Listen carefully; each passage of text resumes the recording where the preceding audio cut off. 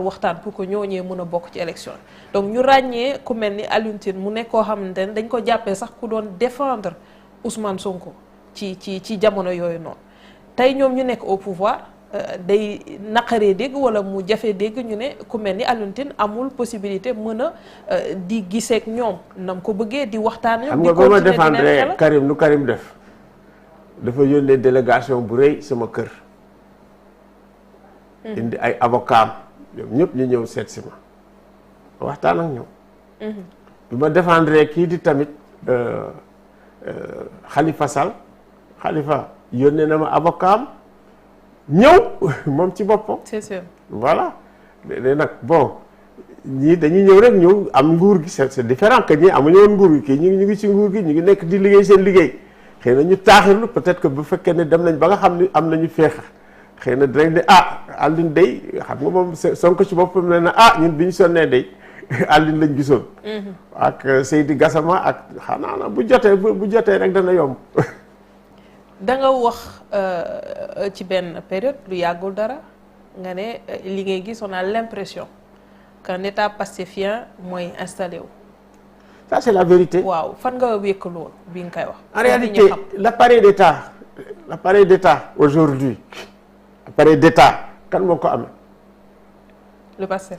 mais voilà quand tu contrôles l'appareil d'état que c'est comme on dit l'administration Bush l'administration l'état pastéfien se met en place, c'est la réalité. ku fa dugg tamit Pastef fa la dugal ku fa génn Pastef fa la génnal seen allié. c'est un problème. c'est pas un problème au contraire. qu'est-ce que Pastef peut faire de cet appareil d'État qui boo xam ne ñoom ñoo ko am tey est-ce que dañ koy def pour protéger les citoyens pour soigner les citoyens dañ koy def pour leneen wala def ko pour leneen bon voilà c'est ça le problème est-ce que ça va ils veulent un État démocratique.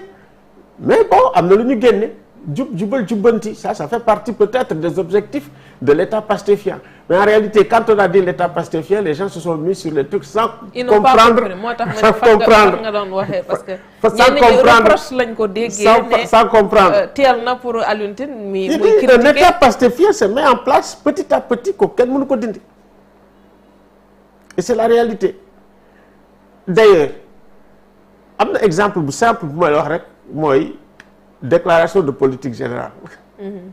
voilà bi nga xamee ne ñee ñoo am déclaration de politique générale en dépit des ratés mais Amadou Ba a fait. mooy règlement intérieur. voilà tey ñii ils ont le pouvoir la force. ils ont dit tiens nous il faut enlever les ratés il faut que la loi soit appliquée restaurée comme ça ñu def ko.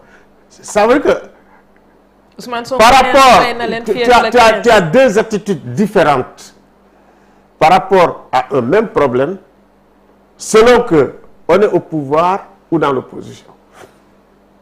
li ñuy def c'est pour ça que je t'ai dit moom laa lay wax ak ku amee état ak ku amul état comportement bokkul. ah oui c'est ça aussi c'est la question de ce qu'on peut appeler la tyrannie de la majorité. C'est à cause de la tyrannie de la majorité que, pendant 12 ans, on a géré ici avec beaucoup de dysfonctionnements. dañuy gérer dans une situation hors norme.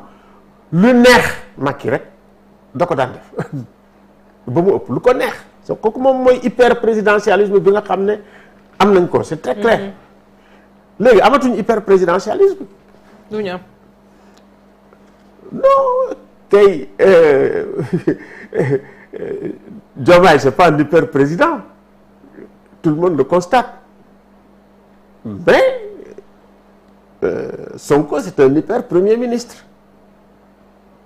pouvoir yi premier ministre moo ëpp jamono ji bu président. waxuma pouvoir c'est que le problème bi ñu am c'est quelque chose que on a hérité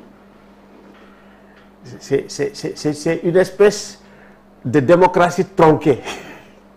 voilà. ça veut dire que prévisibilité bi waroon am amul donc bu fekkee ne ñun dañu am cet héritage naka lañ koy gérer c'était ça mon idée et j'ai dit mais il faut reconfigurer le pouvoir et j'ai dit aux juristes mais il faut penser comment on peut aujourd'hui profiter de cette opportunité pour xool nan la ñuy rééquilibrer le pouvoir. Ça veut dire qu'on a une opportunité extraordinaire de transformer les choses en mieux. Ça veut dire de nous débarrasser définitivement de l'hyperprésidentialisme. Qui dit rééquilibrage. Hein? mooy wane ni kon am na fu foo xamante ne kii ëppale keneen. Non waxuma ne non le sac faut pas se faire d'illusions. Celui qui a été élu c'est Bassirou Diomaye Faye.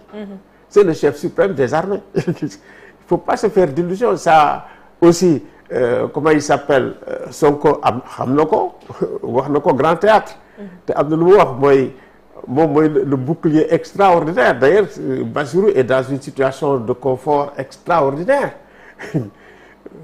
Sonko c'est une espèce de gilet pare-balles pour c'est lui qu'on attaque. Bassirou kenn du ko wax dara. On ne parle que du bien de Bassirou. C'est tant mieux pour lui. C'est tant mieux pour lui. Maintenant Sonko aussi il est dans l'épreuve. C'est pas pour rien que tout le monde l'attaque. Léegi c'est à lui de relever les défis. Est-ce qu'il aura les épaules assez larges pour mën a dékku lool? Ah mais ça c'est l'avenir qui nous le dira, hein. Léegi il a les leviers, il a les moyens et il a la chance extraordinaire d'avoir un président qui le comprend puis lui dit mais prends les initiatives, vas-y.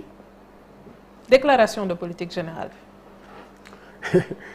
Gis nañ les députés de Yewwi génn ne règlement intérieur bi faw ñu xool ko mënul ñëw ci biir assemblée te saytuwuñu ko fexe texte yi nekkaat aux normes.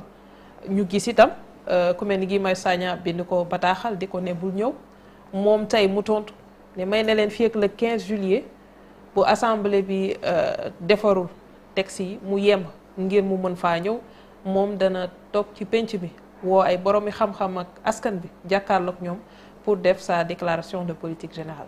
Gis nga déclaration de politique générale tradition démocratique républicaine la. C'est presque un rite de passage pour un premier ministre. C'est extrêmement important, hein. Donc premier ministre bu kii war nga ko def léeg-léeg dañ koy def ci ay situations yoo xam ne nag c'est des situations de transition noonu laa ko tuddee en 2000. bi nga xamee ne Niass da ko doon def boobu waa PS fa ëppoon ci waa PDS mais amoon na lu ñuy wax une espèce de courtoisie républicaine démocratique yow nga xam ne am na majorité bu bees bu am légitimité bu bees ñun ñu fal leen donc da nga leen di bàyyi ñu liggéey da nga leen di accompagner bi nga xamee ni tamit Macky ñëw na oui Abdoulaye Wade dafa ne député mi jàppale leen ko donc ils ont joué le jeu bi yoon tradition boobu nga xam ne tradition bu baax la moom la ñu war a continuer donc xuloo bi sax jaru ko depuis 2022 xaw ma 2021 2022 bi nga xamee ne ku mel ni Mamadou Lamine Diallo nee na leen attention génne leen affaire bi ba nga xam ni président de l'Assemblée nationale daf ko ne j'ai pris bonne note bés boobu la ñu waroon a changer règlement intérieur bi donc